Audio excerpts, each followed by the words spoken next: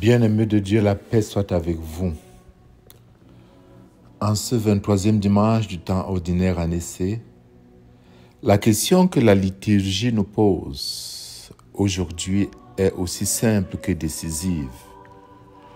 Où cherchons-nous notre bonheur et sur quoi voulons-nous bâtir notre vie? Nous vivons dans un monde qui offre mille et une sagesses, la réussite personnelle, l'efficacité à tout prix, l'accumulation des biens, l'affirmation de soi. Mais est-ce là l'épanouissement véritable? Est-ce là le vrai bonheur? La parole de Dieu ce dimanche vient renverser nos critères. Elle nous révèle que la vraie sagesse n'est pas dans nos calculs humains. Elle est un don de Dieu reçu par son esprit et seule elle conduit à la joie durable et profonde. Dans la première lecture du livre de la sagesse, il y a cette parole réaliste sur notre condition. Les réflexions des mortels sont incertaines et nos pensées sont imparfaites. Qui d'entre nous n'a pas déjà expérimenté cela? Nous faisons des plans, nous croyons tout contrôler et soudain un événement imprévu, une maladie, un accident, un échec, une perte vient tout bouleverser. Le psaume d'aujourd'hui traduit cela avec une poésie saisissante. Pour Dieu, 1000 ans sont comme un jour. Mais l'homme, lui, est comme l'herbe qui verdit le matin et que le soir se fane et se dessèche. Voilà notre réalité. Fragile, limitée, passager, précaire. Et pourtant, souvent nous construisons nos vies comme si tout dépendait de nos forces. La première étape de la vraie sagesse est dans l'humilité.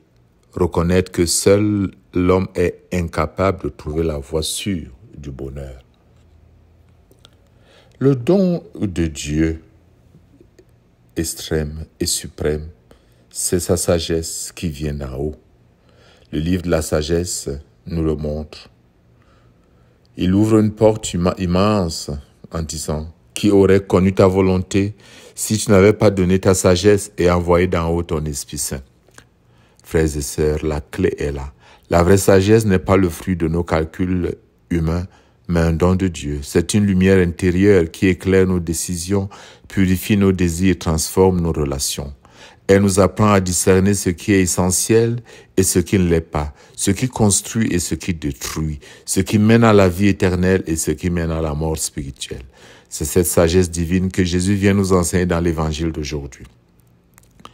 Saint Luc rapporte ces paroles dures du Christ. « Si quelqu'un vient à moi sans me préférer à son père, à sa mère, à sa femme, à ses enfants, à ses frères et sœurs, et même à sa propre vie, il ne peut pas être mon disciple. » Ces mots peuvent choquer.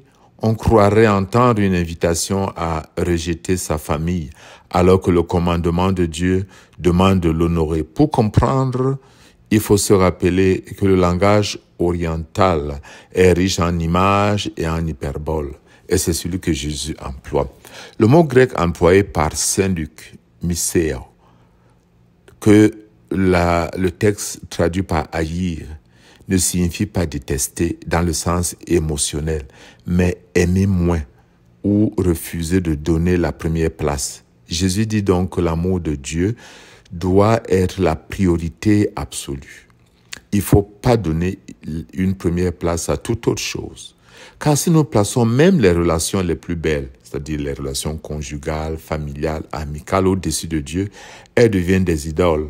Elle ne libère plus, elle enferme.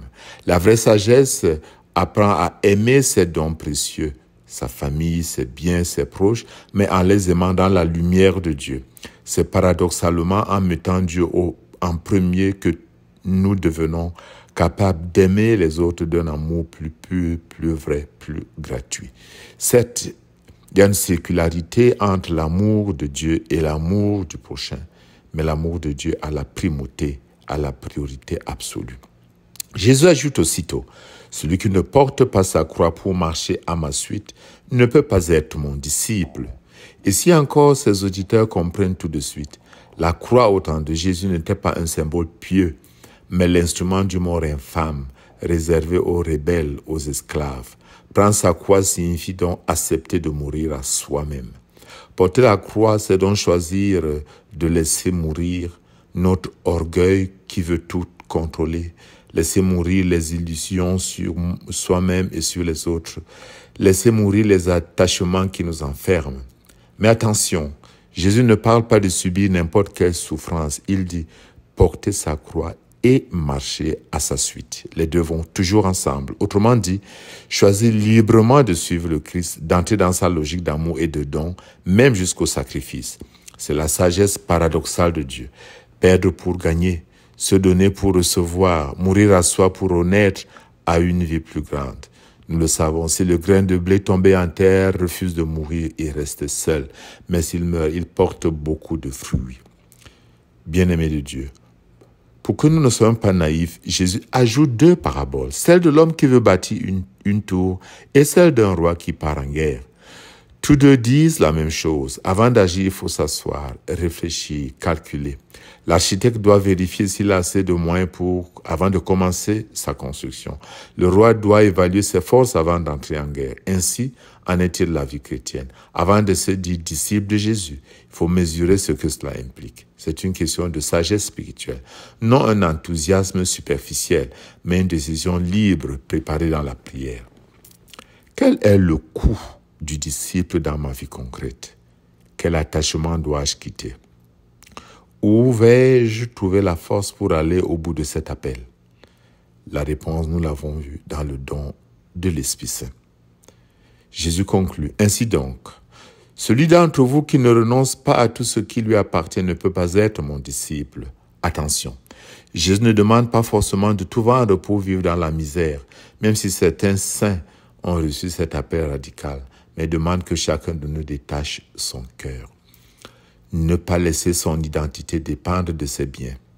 Ne pas être esclave de son statut, de son image, de son passé. Tout considérer comme un don reçu de Dieu à mettre au service de ses frères et sœurs. Là est la vraie liberté.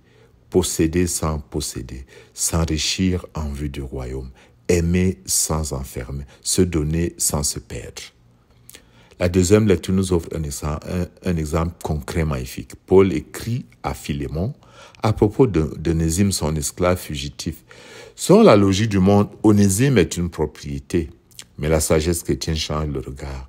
Accueille-le, dit saint Paul, non plus comme un esclave, mais comme un frère. Voilà ce que produit la sagesse. Elle transforme les relations humaines. Elle ouvre la voie à la fraternité. Elle brise les chaînes de l'injustice. Elle fonde chaque relation non sur la possession, mais sur la dignité inaliénable de l'autre. Frères bien-aimés, oui, la sagesse de Dieu est exigeante, mais elle est chemin de vrai bonheur. Elle commence par l'humilité qui reconnaît nos limites. Elle se reçoit comme un don de l'Esprit Saint. Elle s'exprime dans le choix radical de mettre le Christ au centre et de porter avec lui la croix de l'amour. Elle transforme nos relations et bâtit la fraternité. Avec le psalmiste, faisons cette prière, apprends-nous la vraie mesure de nos jours, que nos cœurs pénètrent ta sagesse. Oui, Seigneur, consolide l'ouvrage de nos mains. 3 paroles à retenir. La vraie sagesse n'est pas dans nos forces limitées, mais dans l'esprit que Dieu nous donne, comme le vrai bonheur n'est pas dans l'avoir, le savoir ou le pouvoir, mais dans le don de soi. Deuxième idée à retenir, mettre le Christ à la première place, c'est apprendre à aimer les autres d'un amour plus vrai et plus libre. Troisième chose à retenir, porter sa croix avec Jésus, c'est entrer dans le chemin paradoxal où l'on perd pour gagner, où l'on se donne pour recevoir. Et que Dieu Tout-Puissant vous bénisse au nom du Père et du Fils et du Saint-Esprit. Amen.